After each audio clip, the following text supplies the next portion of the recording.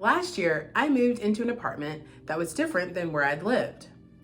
This apartment is one apartment in a large building of apartments.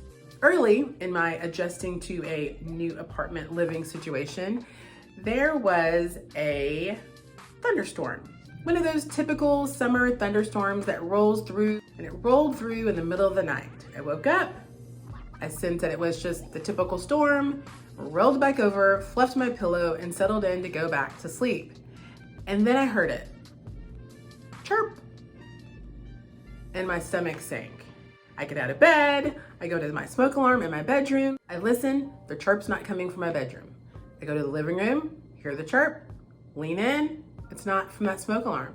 I go to my office, listen, hear the chirp, it's not coming from there either. But there's definitely a chirp. There's something happening here. I know it, but since I didn't see any danger, sense any danger, smell any danger, I convinced myself to go back to sleep and just call the office the next day. Got up, called the office, said, hey, I think something's going on with the smoke alarms in my apartment, but I can't figure out what it is. And the girl laughed. She explained that every apartment has apartment smoke alarms, the typical smoke alarms that we're used to seeing, and it has a building smoke alarm. If there's something occurring with the building, the residents know and they can leave the building. And she said whenever there's an electrical storm, the building smoke alarms pick up the electricity in the air and they chirp. And trust me, when the building smoke alarms go off, you will want to leave your building because they are loud. So if you're wondering where all this is going, here it is. Today, I'm talking about little smoke alarms or micro boundary violations and big smoke alarms or macro boundary violations. So grab your favorite drink, pull up a chair, and let's get started. Welcome. I'm Dr. Tracy Dickens, a psychologist. If this is your first time here, I'm so glad you found my channel. And if you've been here before, I am so thankful that you are back again. Every day we go through the world and we experience boundary violations. In Nedra Tawwab's book, Set Boundaries and Find Peace, she says that there are two types of boundary violations. There are micro and then there are macro boundary violations. Tawwab described a microaggression as something that we experience every day. They're minor violations that don't have a large emotional impact. They don't tend to cling to us for the entire day. And here's one example. A few years ago, my mom and I were out shopping in a clothing store, and a woman in the store came up to my mom and asked my mother for her opinion on this blouse that she was considering buying. And my mom gave her opinion, and then for whatever reason, the woman proceeded to just kind of unload her life story. And after 30 minutes, my mom heard all of this information about this woman's life. Vacations, the death of her husband, her favorite pet. There was no reciprocity in the conversation. It was just all this woman unloading. And that would be considered oversharing. Oversharing shows up like sharing information at an inappropriate time. It is sharing information that's not yours to share. It's sharing information with someone who hasn't earned the right to that information. Another example of micro violations are microaggressions. Microaggressions are passive-aggressive statements or behaviors that are meant to express displeasure, hidden messages, biases, and anger towards others. And even when they're unintentional, they have a negative impact. So examples of a microaggression would be, let's say you show up to the office party and your coworker asks, did you bring the watermelon? You're Black. And the assumption is all Black people like watermelon. Microaggressions. It's based on this bias or this assumption or a stereotype about who you are or what your preferences are without any actual questions. Another example, I bet most of you are familiar with this one, guilt trips. I actually had a client give me the best example of a guilt trip. His ex-wife had planned this outing with their children and asked my client if he wanted to join them for the outing. My client thought about it, mulled it over, and said, well, yeah, sure. Even though he felt a little bit awkward about it, he's like, yeah, sure, why not? It sounds like it'll be a great day. And then he remembered he actually had a time-sensitive responsibility. And so he very quickly turned around and said, actually, no, I can't go. And the wife got upset and said, well, if you can't go, we can't go, because I don't have the money and I don't have transportation to the place. My client immediately knew that she was manipulating the situation. She was trying to get her needs met without any consideration for what he needed to accomplish for his day. And that's exactly what guilt trips do. They are this manipulation in trying to get the other person's needs and expectations met without any consideration for yours. Now, macro boundary violations. I like to think of macro violations as weeds that slowly take over the beauty of your relationship.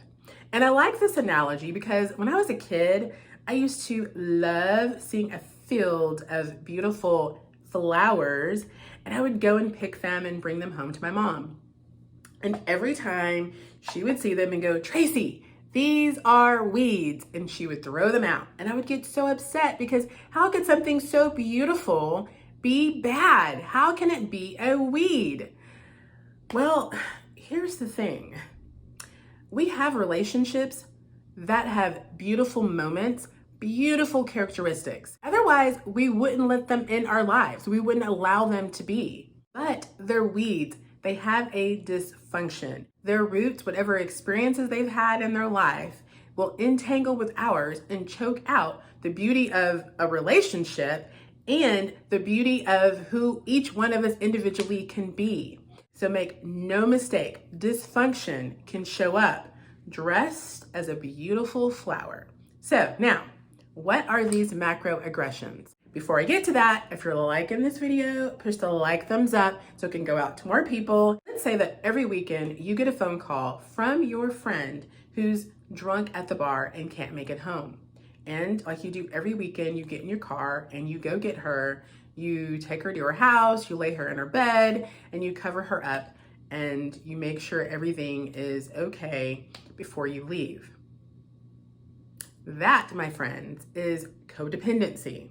It's feeling compelled to help someone, to prevent them from experiencing the consequences of their actions. You put in a lot of effort to cover up their misbehavior, to justify it, to rescue them from harm. You view the person as helpless, and if they're left to their own devices, they're going to make a life-altering mistake, and you're the person that's responsible to prevent that from happening. I think about a quote that my friend said to me when I was trying to rescue someone.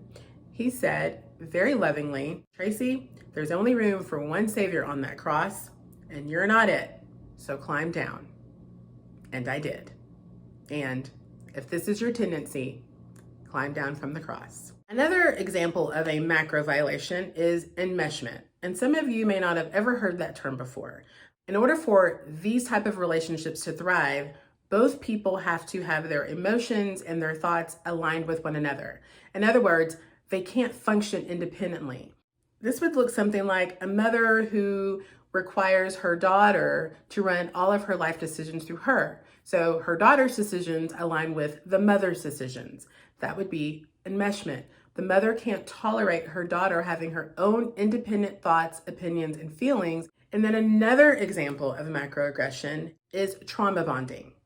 And this is really common in toxic, abusive relationships. Let's say you have a father who's telling his daughter that she's not smart enough to go to college and she's not pretty enough to get married, and so her life's just gonna suck. Initially, the daughter may not agree with that, but over time, the constant hearing over and over and over again, the daughter will start to believe that she deserves those comments. And when people treat her as if she's not smart or that she's unattractive, she won't see it as being an intentionally harmful comment or action because she thinks that, well, she deserves it. And I hope that you are catching with the macroaggressions. These are things that really hinder you from being the best you. Think of it like that loud alarm that's saying, hey, there is something structurally wrong with the building. Macro boundary violations are just that. They're saying, hey, there is something structurally wrong with this relationship.